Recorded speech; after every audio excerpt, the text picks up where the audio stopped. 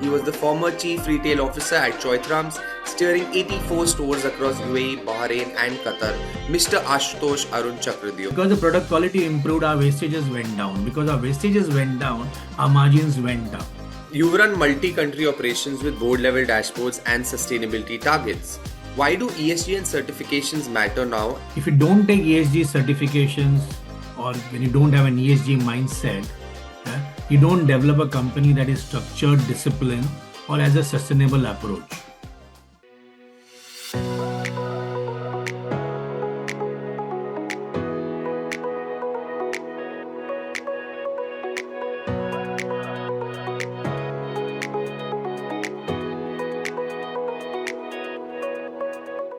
Hello everyone and welcome back to FaceTime with Leaders powered by Directors Institute World Council of Directors. And I'm Tanay All. Today we're stepping into the fast-moving world of modern retail, the kind where customers love, store ops, data and delivery all have to sing in harmony. Think 80 plus stores across countries, quick commerce in under 30 minutes and teams that keep the promise every single day. Our guest has spent over 3 decades building and transforming retail across GCC and India.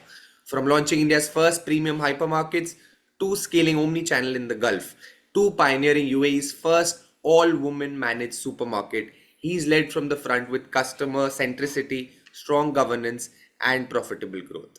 He was the former chief retail officer at Choithrams, steering 84 stores across UAE, Bahrain, and Qatar, and the mind behind moves like Quickerr, Deliveroo HOP, smart kiosks for travel hubs, API-driven live inventory, and automation that actually improves margins and shopper experience. Mr. Ashutosh Arun Chakradeo, it's a pleasure to have you with us today, sir, and welcome to the show. How are you? I'm very fine, thank you. Thank you, Tanay. Thank you for that great introduction that you had. Most of the things are very simple, and thanks for kind of putting it up very nicely. It's great to be on this podcast. Uh, it's it's a nice day, out here in Dubai. The weather has started really improving, so Lovely. it's really a good day to kind of had this post podcast, and hope our listeners and viewers enjoy it as much as we are going to do. Definitely, I'm sure they will. So, we would love to start with knowing a little bit more about your career journey, what it's been like, major challenges you faced, and how it transformed you along the way. All the moments that shaped you. We would love to know about that. Okay, now that really needs for me to go back to 30 years of from where I started, because it's been 30 years since I started my professional journey, stepping out of college, which was never my interest point of interest. Means going to college meant to play hockey and play sports, and not to study. So that's how my college journey actually started. So I graduated as an executive in international business. Joined an export company. But however, I became retailer by a chance. Retail was not the career that I was looking at. I was doing a job in exports, and I got an opportunity to work in a retail company called the Bombay Store. It was a startup. Yeah, it was a organization which was started by Lokmanya Tilak, and it was being professionally managed now. So I got an opportunity to join them. I joined them, and that's how my journey started with them. Now, the big difference between exports and retail was that in exports you send thousands of pieces, but you don't know what the customers feel about it. You don't have that emotional moment between the product and the customer. Now, retail was exactly the opposite. Now, that's what kind of got my attention and my belief, and I said this is where I need to be. So since then my journey continued. I joined one retailer after the other. I moved different categories, from buying furniture to footballs to cycles to onions and potatoes. In fact, I always tell my wife I have bought more onions and potatoes than she has ever bought in her lifetime, and I shop more than her for groceries than she does. So getting into the hypermarket grocery business, it's been very learning. It's been very exciting. I've grown in every company that I've worked with. The companies have grown that I've worked with, and the overall experience has left me as a very learned retailer, satisfied that I've I have mentored colleagues. I've built organizations. I've established brands, and on the way learned a lot of new things. Met different people across industries. So, then a very fulfilling and enriching experience is what I can say. Satisfied what I've learned, earned. Satisfied with what God has given to me. Yeah, sounds like an incredible journey, sir. Yeah. Yep.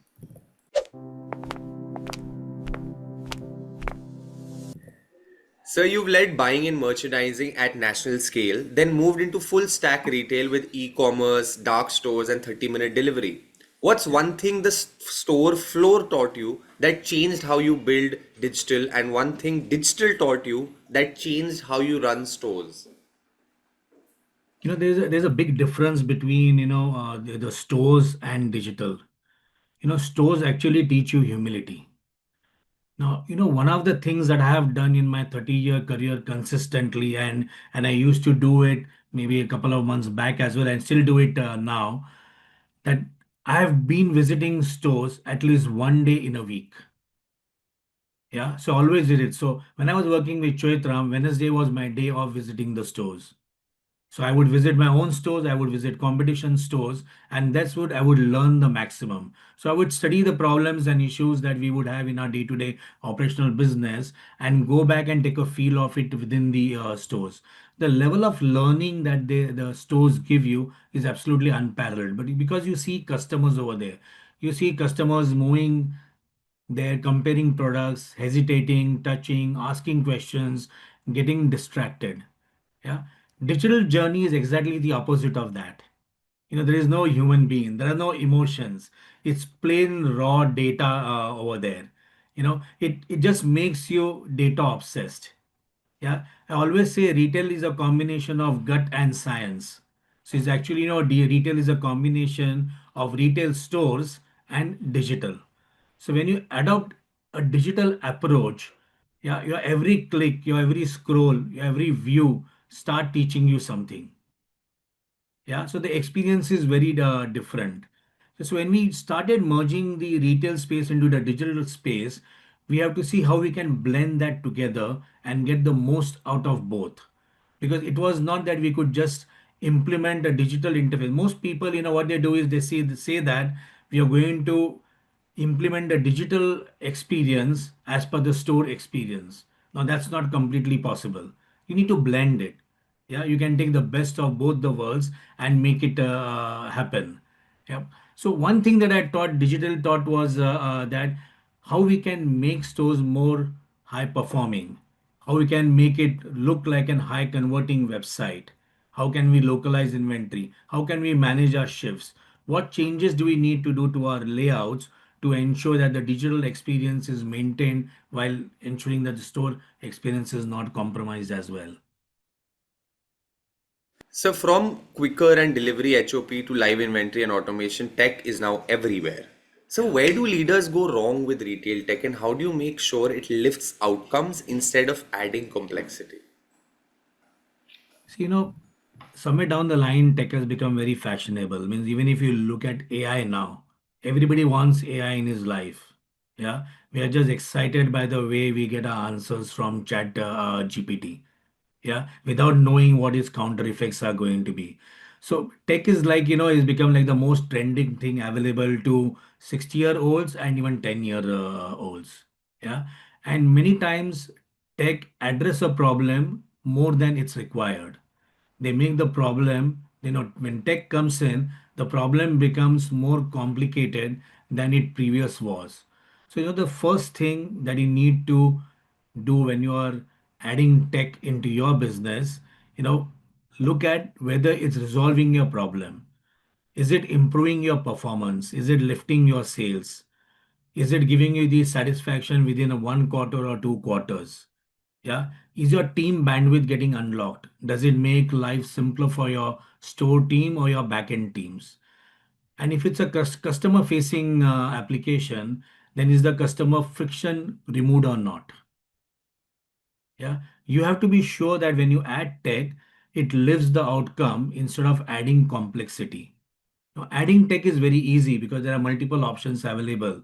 Means, out of that every 10 calls that I might get in a day, two calls are from tech companies trying to tell me that how they can do a free POC for the business. Yeah. The other most important and critical aspect is that is your team ready to absorb the tech? Are they educated enough? Do they have the required skills and expertise, yeah, to use the tech?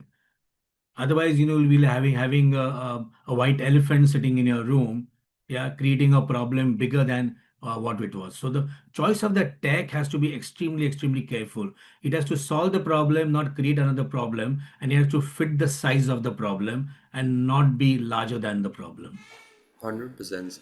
And technology has the capability to do that. If you don't look at it carefully and make it your own Absolutely. life, it can just Absolutely. take away everything. Absolutely. Then I've seen so many companies, deploy ERPs when they really don't need it. Yeah. And there's so many medium-sized applications available which do exactly the same functions that one of those big ARPs do. But just because, they see a large company deploying an ARP and growing, they think that's what they need to do. I mean, that's a very classic example. And AI is another example. I mean, everybody talks about AI and I talk about HI. Means where is the human intelligence? Yeah. Means if that's not there, no matter what level of AI you implement, it's just not going to help you. Very true. So you've launched kiosks for travel hubs, revamped fresh displays, and built central kitchens and bakery hubs. What's the small operational change that punched above its weight on both CX and margins?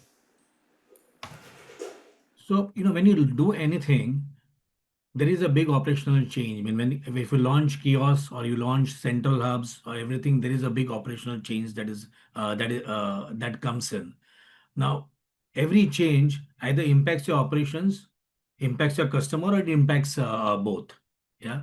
So when we launched the backend kitchen, the objective was first to streamline our operations because we were, let's say, producing bakeries at five different hubs. We were producing bread, sorry, at five different hubs. So instead of doing that, we started producing it in one single hub where the recipe was the same. Yeah, where the taste, the quality of the product could be maintained. So that was one big advantage that we got. Now that helped operations as well as it helped the customer. Now because the product quality improved, our wastages went down. Because our wastages went down, our margins went up.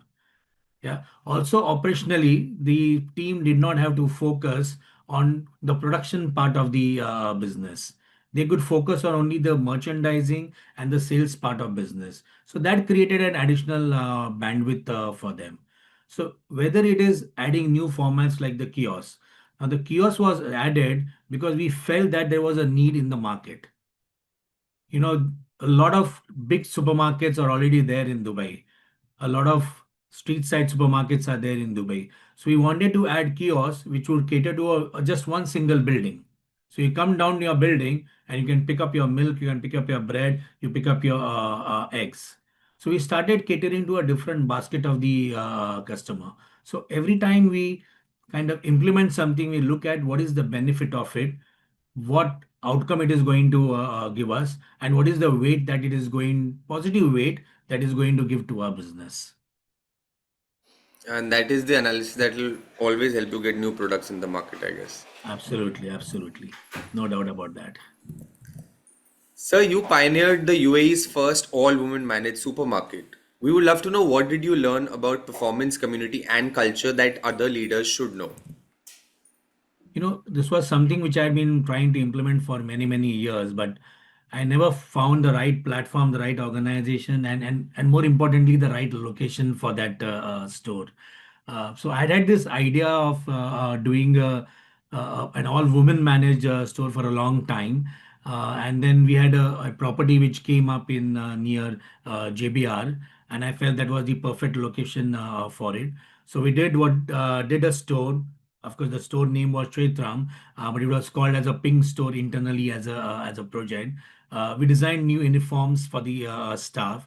So typically, a Choithrams store has a green uniform, but for this store, we had a pink uniform, which goes with as a women's color. Now, one of the big thing that it taught was that when you design for inclusion, you just don't diversify your workforce. You also strengthen your culture. You build your performance, and you also build the brand's relationship with the community. Yeah. No, this was a big, big game changer, and it kind of showed Choithram in a very, very different light. Yeah. Now, when 10, 12, 15 women work together, there's a different kind of synergy that also comes with them. Because now it's a woman who is also receiving the products in at the back store. She's also lifting the cartons. She's also cleaning the shelves. She's also at the cash till. She's also leading you. Yeah, so it's a complete different experience that you get. Now, there was some soft points that also we created within the store. So the store assortment was more women centric. The way the store was designed was keeping in point the height of a woman. So the shelves were smaller than what we would typically have. Yeah. So every small little aspect, the delivery people were also women. Now you were questioned whether it would be right to send women to deliver, but our staff was ready to do it. Yeah. So we went really to that extent of doing it, and I think it was one of the finest and the best projects that I have launched.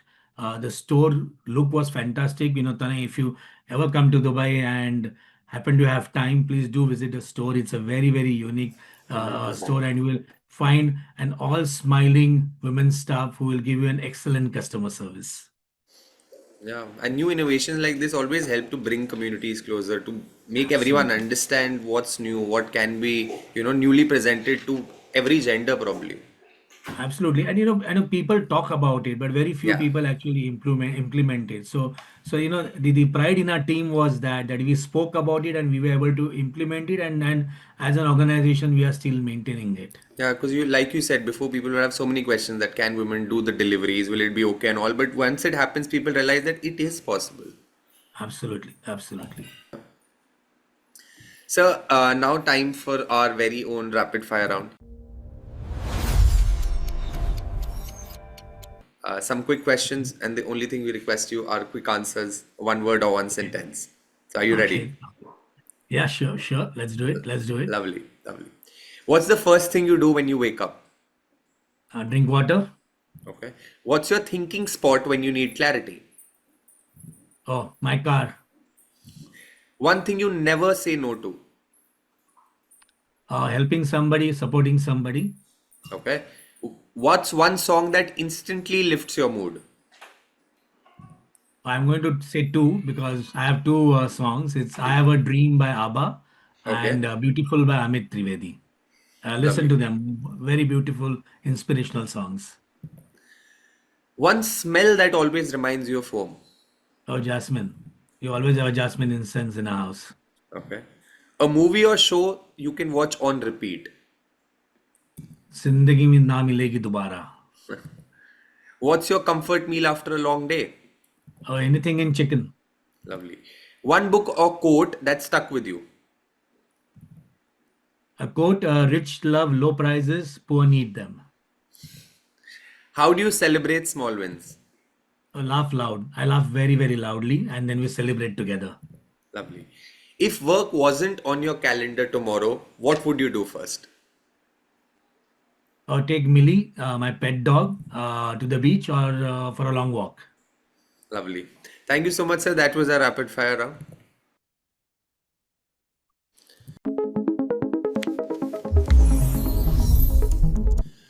So, you run multi country operations with board level dashboards and sustainability targets. Why do ESG and certifications matter now, and how do they impact store teams and suppliers day to day?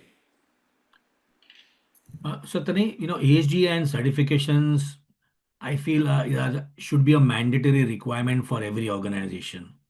Means when an organization is mindful about this, it reflects their thinking and the direction that they need to give to their organization.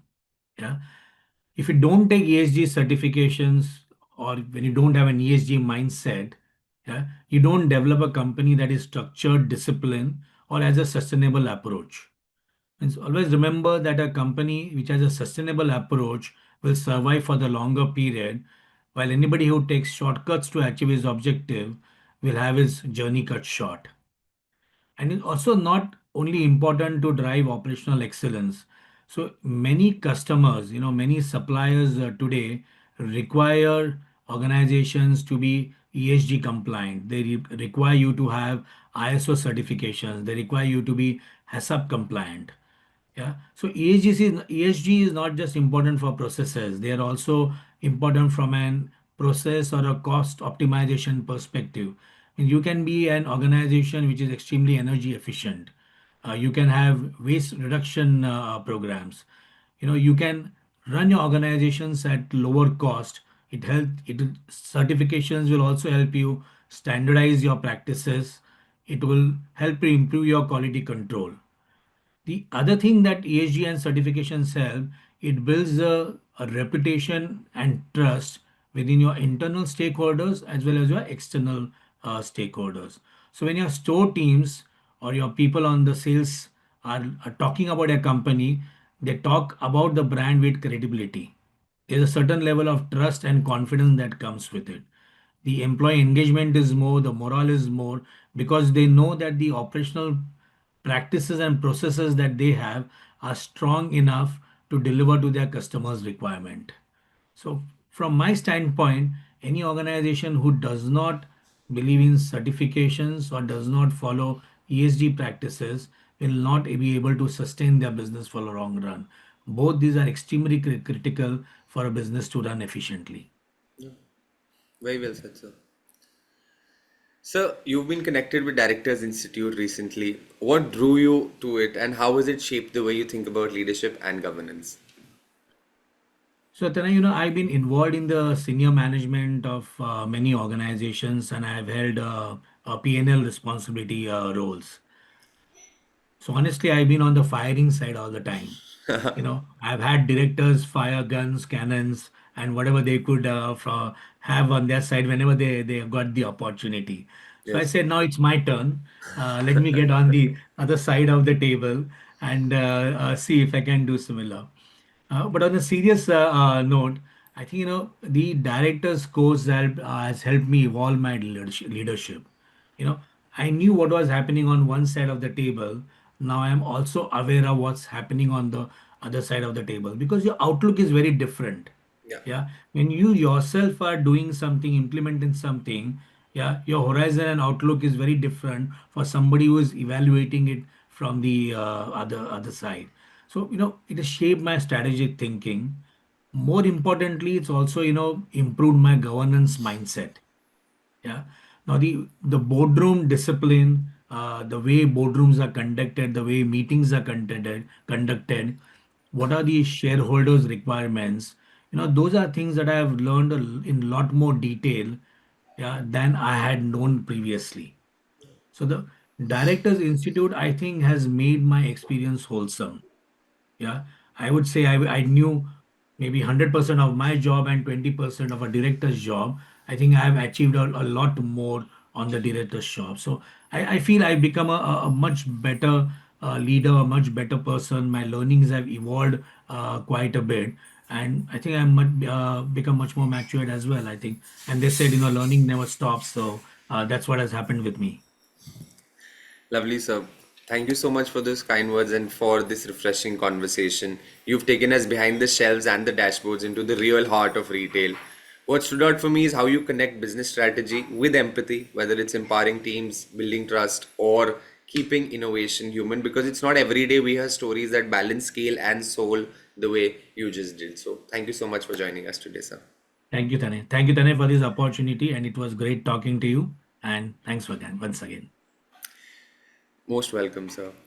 To everyone listening, it's been an absolute pleasure having you on FaceTime with Leaders, powered by Directors Institute World Council of Directors. I'm Tanayol, and thank you so much for tuning in. Until next time, stay curious, stay kind, lead with purpose, and of course, have fun in your journey. Thank you so much.